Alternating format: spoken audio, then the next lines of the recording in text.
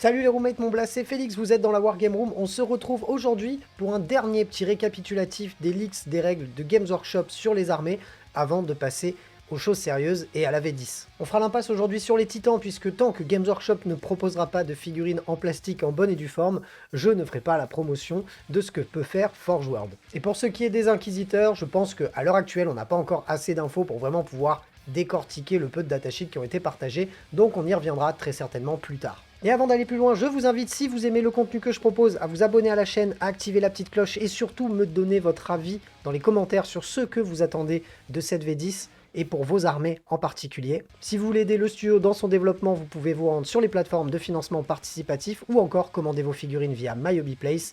Tous les liens sont dans la description. Et pour ma part, vous pouvez me retrouver en live tous les lundis soirs à partir de 20h30 sur Twitch.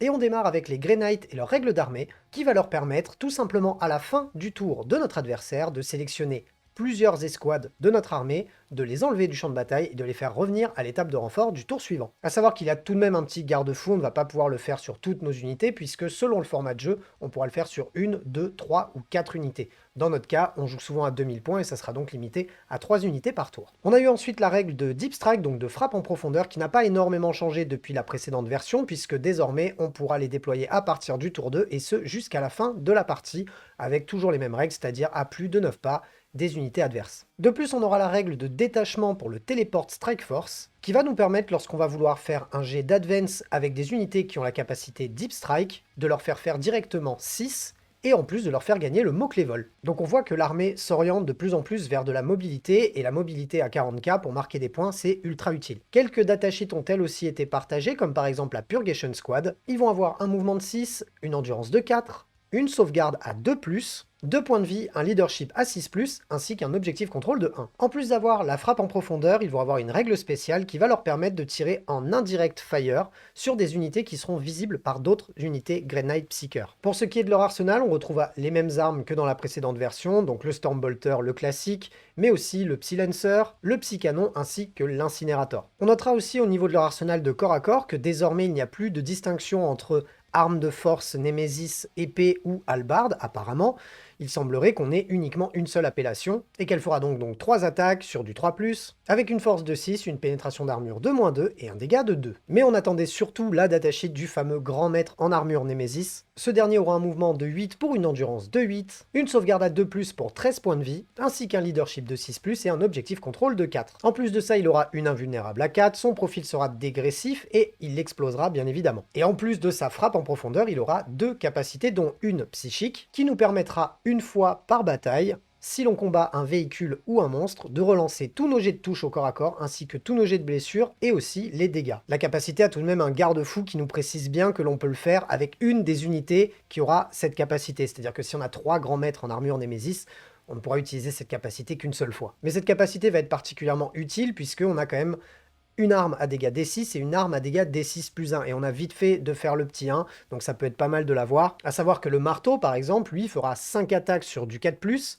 mais à force 14, pour une pénétration d'armure de -3 et un dégât de D6+1. Quant à la grande épée de force Némésis, elle nous permettra d'avoir 2 profils, un à 5 attaques sur du 3+, pour une force de 10, une pénétration d'armure de -2 et un dégât de 6, et un profil de balayage qui lui nous permettra de faire beaucoup plus d'attaques, puisque l'on va pouvoir en faire 10 avec une force de 5 sur du 3+, pour une pénétration d'armure de 1 et un dégât de 1. On notera aussi que certaines armes de corps à corps ainsi que certaines armes de tir sont elles aussi passées en armes psychiques, notamment le Psy-Canon lourd qui lui va nous permettre de faire 6 tirs sur du 3+, de force 10 avec une pénétration d'armure de -1 pour un dégât de 3. Et sa dernière petite capacité lui permettra, lorsqu'on veut utiliser un stratagème sur ce dernier, de le payer 1 CP moins cher. Bien évidemment, les stratagèmes qui eux nécessiteront qu'un seul point de commandement resteront à 1. Beaucoup d'entre vous diront que le grand maître en armure Némésis a été nerfé, maintenant il faudra vraiment voir ce qu'il va coûter en points et ce qu'il va pouvoir faire en synergie avec d'autres figurines. Un profil d'arme psychique, la Purifying Flame, nous permettra à 18 pas de faire un tir sur du 3+, de force 4, PA-1, dégâts 1. Elle sera en plus de ça anti-infanterie 2+, et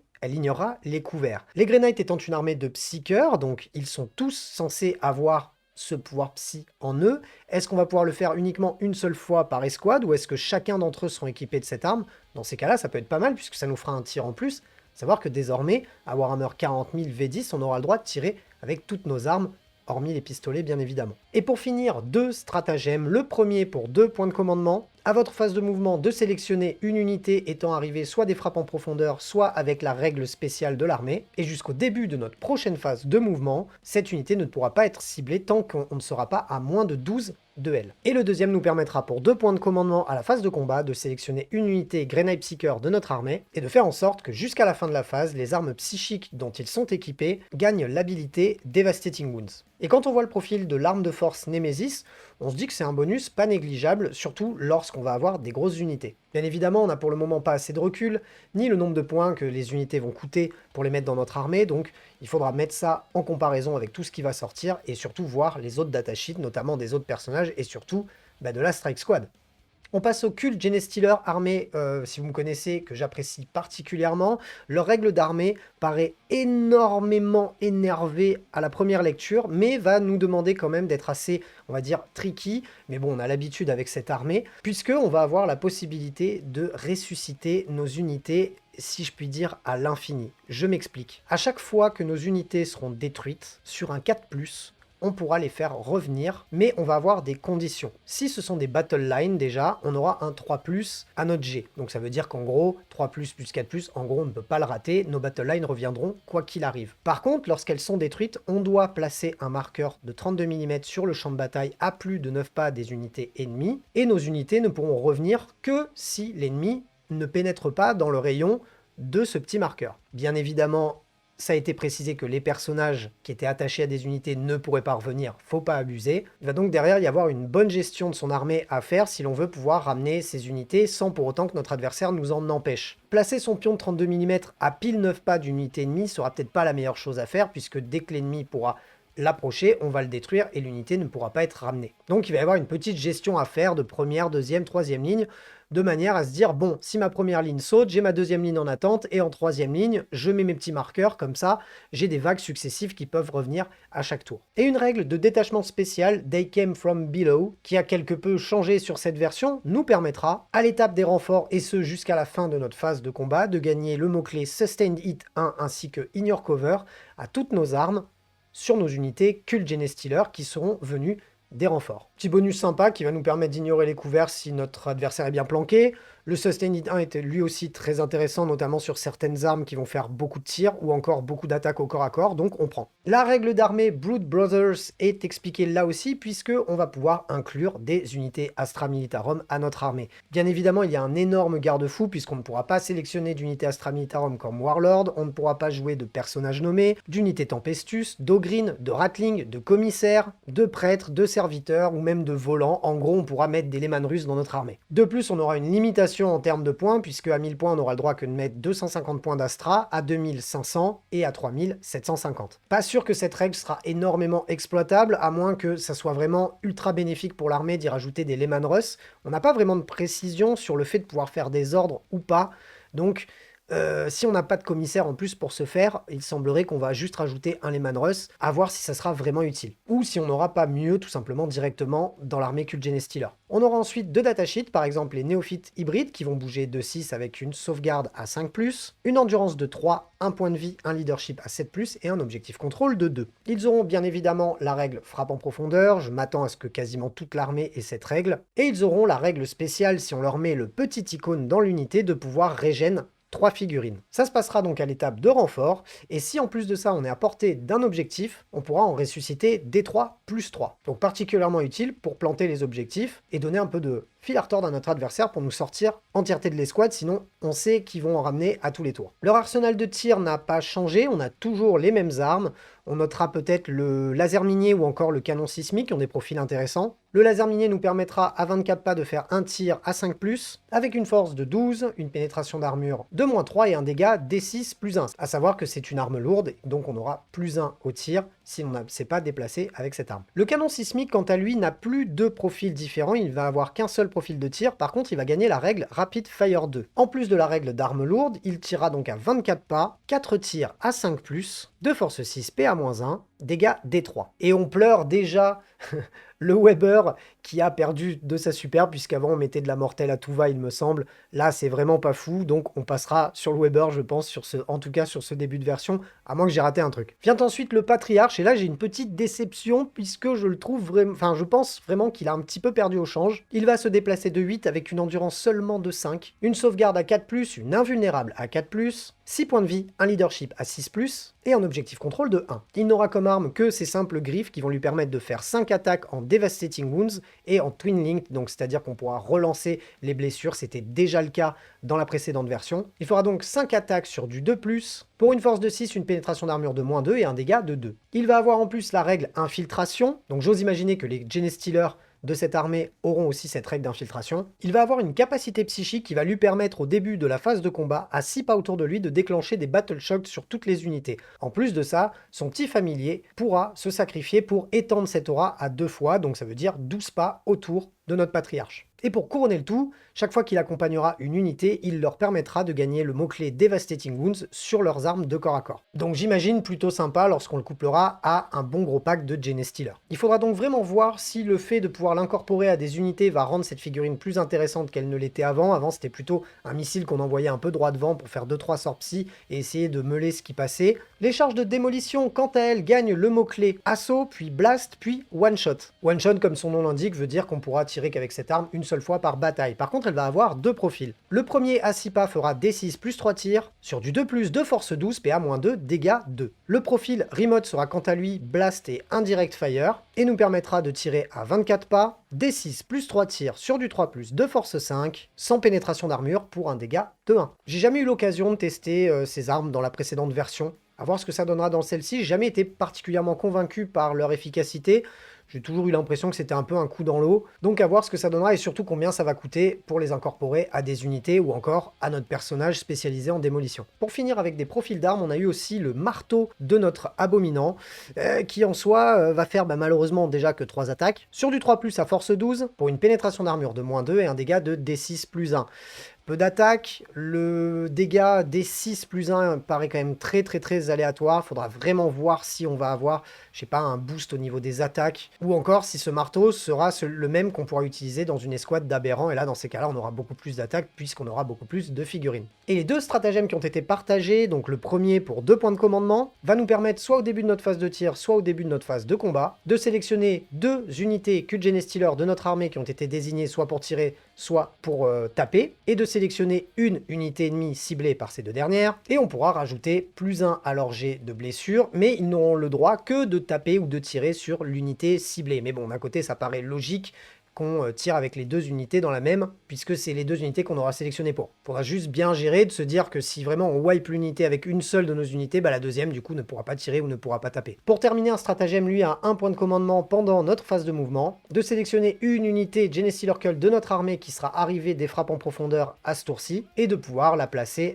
à maximum 3 pas d'une unité ennemie. On avait déjà cette aptitude-là dans le précédent codex, il me semble que c'était une aptitude spéciale que l'on devait mettre sur une unité avant le début de la bataille. Bon là, on a la possibilité de le faire via un stratagème, et bien évidemment, on n'aura pas le droit de déclarer de charge derrière. Pour le moment, je suis assez emballé par la règle d'armée de base, ainsi que la règle de détachement. Il faudra voir le reste, mais j'ai bon espoir pour cette armée qui avait été, il me semble, un petit peu oubliée en V9, même si sur la fin, on arrivait très bien à la jouer, mais pour moi, on n'avait pas l'esprit vraiment du Kult Genestealer.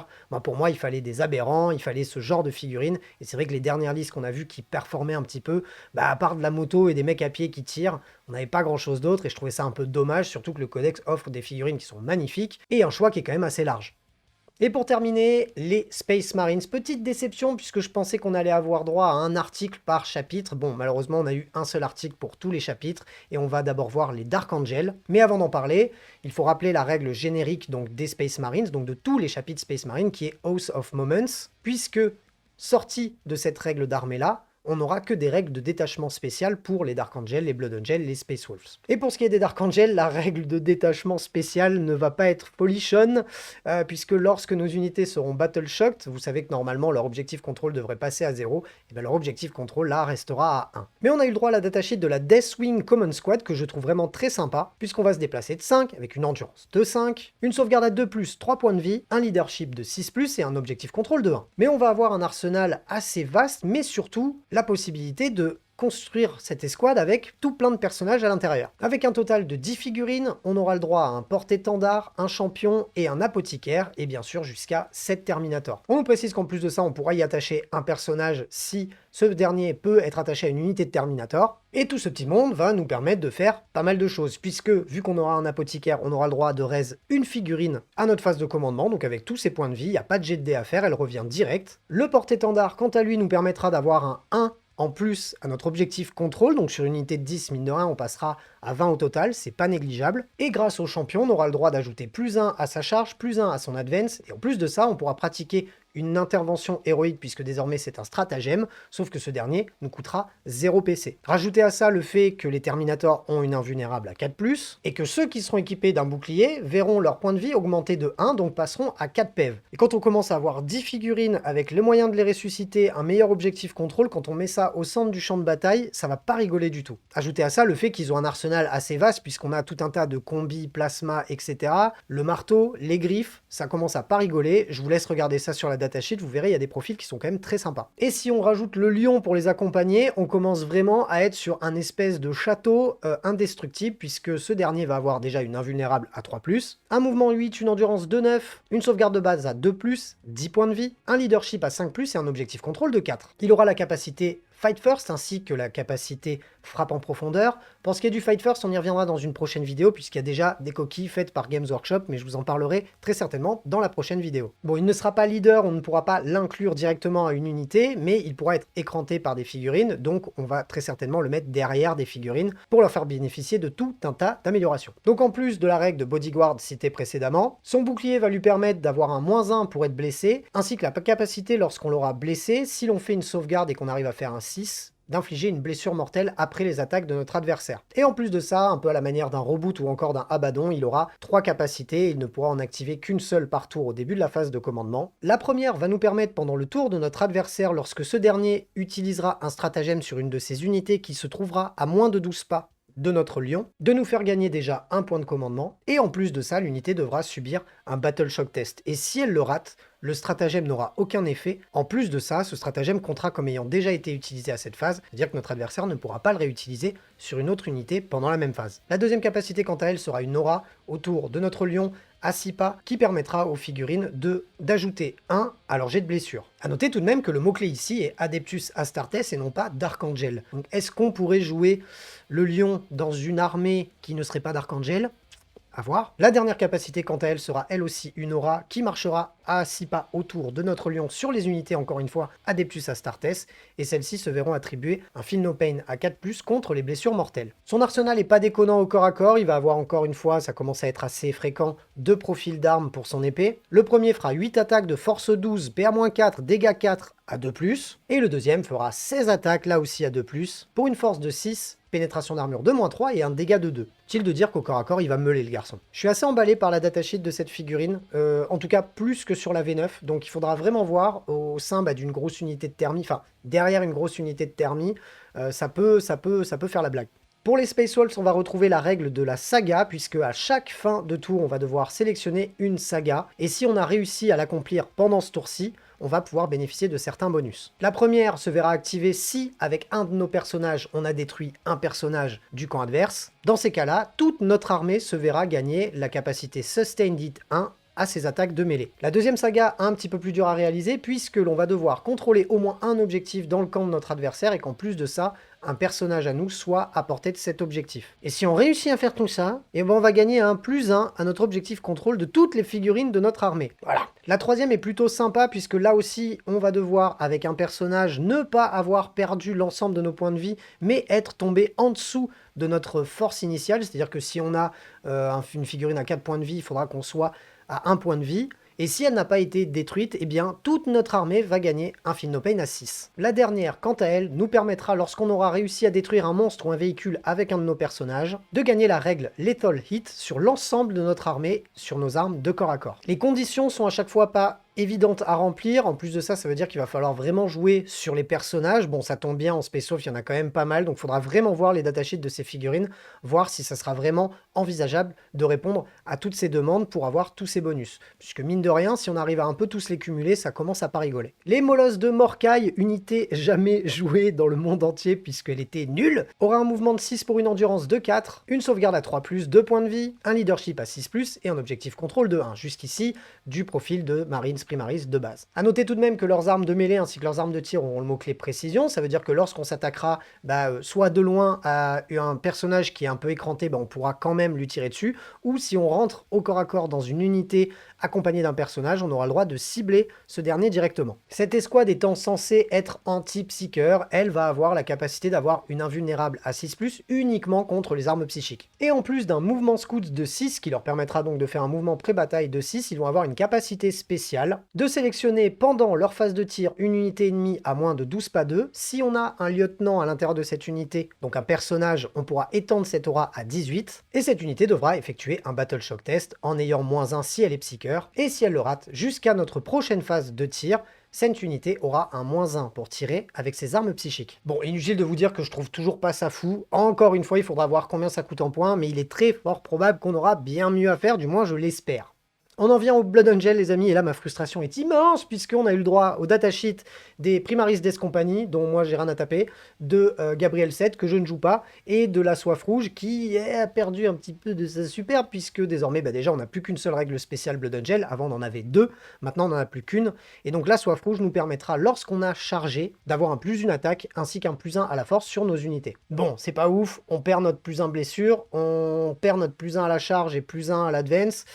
Pas la folie, faudra voir ce qu'on aura d'autre dans le codex si je puis dire, ou du moins dans les datasheets en elles-mêmes. L'escouade de Death Company Intercessor va bouger de 6 avec 2 points de vie, une sauvegarde à 3+, un leadership de 6+, une endurance de 4, un objectif contrôle de 1, jusqu'ici du profil Marines de base. On notera tout de même que leur leadership est moins scandaleux que les unités Death Company dans la précédente version, donc c'est pas plus mal. On va retrouver leur Feel No Pain à 6+, ça n'a pas changé. En termes de capacité spéciale, ils vont avoir la vision de l'hérésie qui va leur permettre, une fois par tour, d'utiliser le stratagème d'Overwatch ainsi que celui d'intervention héroïque pour 0 PC. La règle de la rage noire a malheureusement quelque peu changé puisque désormais on aura simplement le droit à une relance des touches et seulement en plus si on est à moins de 12 pas d'un chaplain. En plus de ça, on n'aura pas le droit de battre en retraite, bon ça c'était déjà le cas, mais en plus de ça, notre objectif contrôle va passer à 0. Donc j'ai pas trop compris pourquoi dans la datasheet ils ont mis 1 et là en fait ils nous disent qu'avec cause de la rage noire, on a un objectif contrôle de 0. On notera tout de même qu'ils ont un gros arsenal. Ah, malheureusement les armes énergétiques ont perdu un petit 1 à la PA et le marteau qui lui est Devastating Wounds ne sera plus que dégâts 2. Pour finir, Gabriel 7,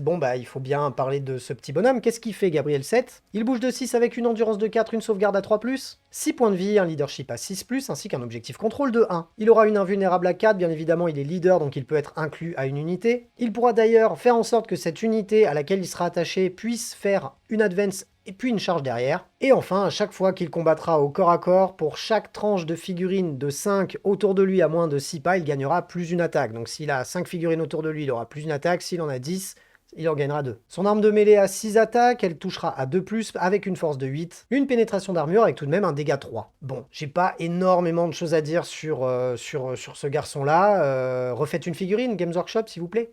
On en vient aux Black Templars qui, eux, auront une règle que l'on va devoir sélectionner avant le début de la bataille. Avant le début du premier tour, on va pouvoir sélectionner parmi 4 capacités qui seront actives pendant l'entièreté de la bataille. La première nous permettra de gagner le mot-clé Lethal Hit sur toutes nos armes de corps à corps. La deuxième nous permettra d'avoir un Feel No Pain à 6+, sur l'ensemble de nos unités, ainsi qu'un leadership de 5+. La troisième, basée sur le psy, nous permettra de gagner une sauvegarde à 4+, contre les armes psychiques. Elle sera donc invulnérable, elle ne pourra donc pas être modifiée. Et en plus de ça, les armes de mêlée dont sont équipées les figurines de notre armée gagneront le mot-clé anti-psycheur 4+. Et pour terminer, on pourra sélectionner sinon la capacité Sustained Hit 1 à toutes nos armes de mêlée. Inutile de vous dire que l'armée Black Templar va être tout de même basée sur le corps à corps. Puis on a la datasheet de cette magnifique escouade de Black Templar qu'on n'a pas trop vue dans la version précédente puisque leurs collègues Marines Vanille, Blade Guard étaient tout de même plus intéressants qu'eux. Il faudra encore une fois peut-être les comparer sur cette version, mais là leurs capacités sont quand même plutôt pas mal. 3 points de vie, une sauvegarde à 3+, un mouvement de 6, une endurance de 4, un leadership à 6+, pour un objectif contrôle de 1. L'escouade a accès à tout un panel d'armes de corps à corps qui sont assez intéressantes, mais leur capacité spéciale va leur permettre au début de chacune des phases de combat de sélectionner un buff parmi 2 choix, qui sont plutôt sympas puisque le premier leur donnera plus une attaque, et le deuxième leur donnera un +1 à leurs dégâts. Donc par exemple, combiné avec un marteau tonnerre, ça risque de faire pas de blague puisque on repassera à dégâts 3.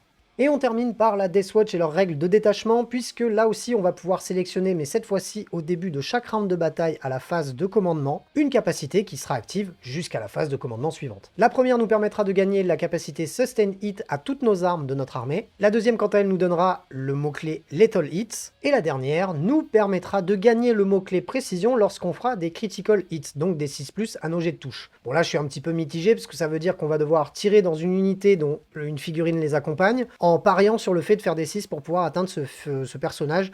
Je trouve pas ça ouf. Les vétérans Deathwatch seront comme des Space Marines de base, ils bougeront de 6, ils auront 2 points de vie, une sauvegarde à 3+, un objectif contrôle de 2 et un leadership à 6+. Mais ce pourquoi on les aime, c'est leur énorme arsenal, que ce soit de corps à corps ou de tir. On va pouvoir faire pas mal d'associations d'armes, et si l'on équipe une des figurines d'un bouclier, celle-ci se verra attribuer une sauvegarde invulnérable de 4+. Leur capacité spéciale permettra de relancer les jets de touche de 1, et en plus de ça, si les unités en face ciblées ne sont ni Imperium ni KO, en gros si on tire sur du Xenos, on pourra faire une full reroll des touches. Bon, inutile de vous dire qu'à l'instant T, je trouve ça un peu maigre pour un chapitre Space Marine qui est censé être spécialisé dans le fait de bousiller du Xenos.